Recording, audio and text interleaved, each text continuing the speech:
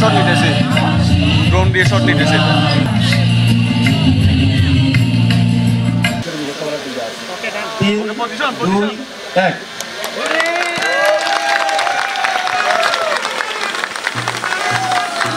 এখান থেকে আসলে অনেক প্লেয়ারগুলো উঠে আসে, আর যারা আর কি সুযোগ পায় না তারাও ইউনিভার্সিটি লেভেলে এসে দেখা যাচ্ছে তারা খেলতে পারতেছে।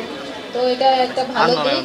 আর আমাদের নেপালের যে টুর্নামেন্টটা ওটা আসলে এবার ক্রাউডটা বেশি ছিল ওইবারের চাইতে। তো আমি মনে করব প্রথম চ্যাম্পিয়ন ওটা আমাদের একটা টার্গেট ছিল যে প্রথমবারের মতো চ্যাম্পিয়ন হতে হবে। আর দ্বিতীয়টা ছিল আমাদের চ্যাম্পিয়নটা ধরে রাখার লড়াই, যেটা ছিল হচ্ছে আমরা দ্বিতীয়বারের মতো করে আমাদের ইচ্ছা আছে যে তৃতীয়বারের মতো চ্যাম্পিয়ন, হ্যাট্রিক চ্যাম্পিয়ন। তো আমি অবশ্যই সবাই আমাদের জন্য শুভকামনা জানাবেন এবং কি দোয়া আশীর্বাদ করবেন যাতে আমরা ভালো করতে পারি।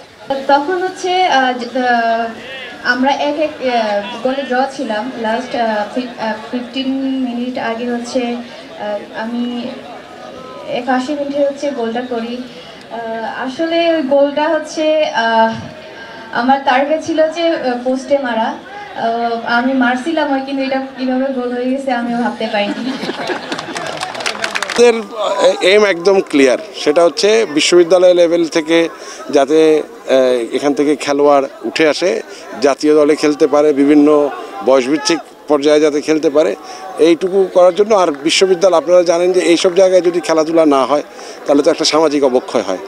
তো সেই সামাজিক অবক্ষয় যাতে না হয়, ছাত্ররা যাতে লেখাপড়া এবং খেলাধুলার মধ্যেই এই বেসিক জিনিসটার মধ্যেই থাকে, সেটার জন্যই করছি এবং এই উদ্দেশ্যেই আসলে আমরা এটা করে যাব।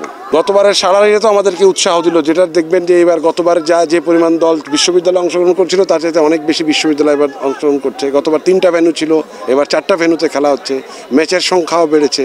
সেটাই প্রমাণ করে যে গতবারের এই আয়োজনটা অনেক বেশি সফল হয়েছিল, যে কারণে আমরা দ্বিতীয়বারের মতো এই অনুষ্ঠানটা করছি। এই মিশনটা খেলার সুযোগ করে দেওয়া, মানে ওইভাবে যদি বলি যে নতুন খেলোয়াড় তৈরি করা, নতুন ফুটবলার তৈরি করা, এইটা পার্ট।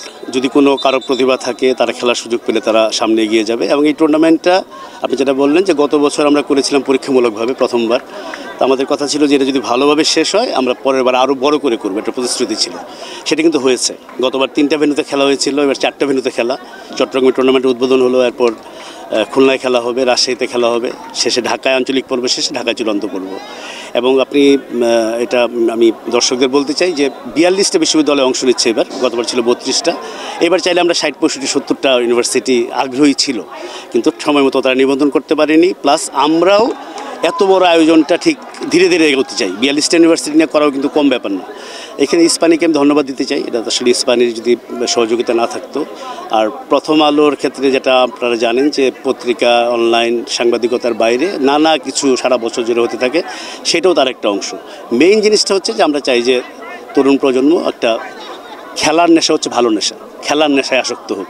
এটা আসলে একটু বেশি চাওয়া হয়ে যাচ্ছে, এখন পর্যন্ত নাই, কারণ আসলে আমরা তো ফুটবল ফেডারেশন না। আমরা যেটা করি যে এখানে তো ধরেন সাবেক খেলোয়াড়রা জড়িত আছে, কোচরা জড়িত আছেন, এখানে যারা ঢাকার বড় বড় টুর্নামেন্ট আয়োজন করেন সেই রেফারিরা আছেন। কাজে তাদের চোখে যদি ওরকম কেউ পড়ে তো ডেফিনেটলি তাদের সুযোগ হবে। এবং গতবার আমি মনে করতে পারি যে অনেক দলেই কিন্তু ঢাকার টপ লিগে খেলেন প্রফেশনাল প্লেয়ার, অনেকে ছিলেন। কাজে সেইটা কিন্তু যার ভেতরে সেই প্রতিভাটা আছে কেউ না কেউ তাকে বেছে নেবে। তা আমরা এখান থেকে পিক করে পরে আবার একটা নির্বাচিত দল করে তাদেরকে নিয়ে সামনে এগোনোর যে চিন্তার কথা বললেন, সেটা প্রাথমিক পর্যায়ে আছে, ভবিষ্যতে হয়তো এরকম আমরা করতে পারি।